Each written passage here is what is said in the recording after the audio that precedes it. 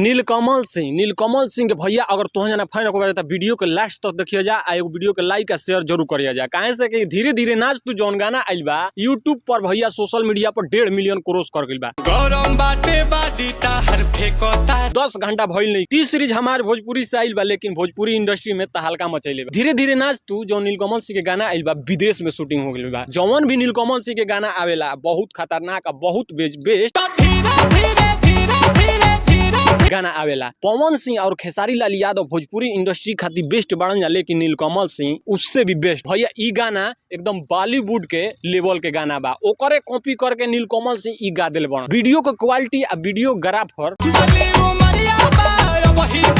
भैया एकदम लाजवाब बा। धीरे धीरे नाच तू जौन गाना बा भैया भोजपुरी इंडस्ट्री के इतिहास रचे खातिर तैयार बा। भोजपुरी इंडस्ट्री में इतिहास नीलकमल सिंह तो पहले ही रच दिल बड़न। उनकरा के नंबर कॉमन दिहल चाहत रह जा, 1 नंबर के कि 2 नंबर के कि 3 नंबर के, लेकिन भैया हमारा हिसाब से लागत भोजपुरी इंडस्ट्री साइलेंट स्टार के नंबर 2 के दर्जा मिले के चाहिए। काहे से कि पवन से कमो नहीं खन आ खेसारी से भैया बेसियो नहीं खन। यही के चलते कहला नीलकमल सिंह के साइलेंट स्टार अपना गाना साइलेंटली गाता है और अपना किल भोजपुरी इंडस्ट्री में दिखाता रहता है।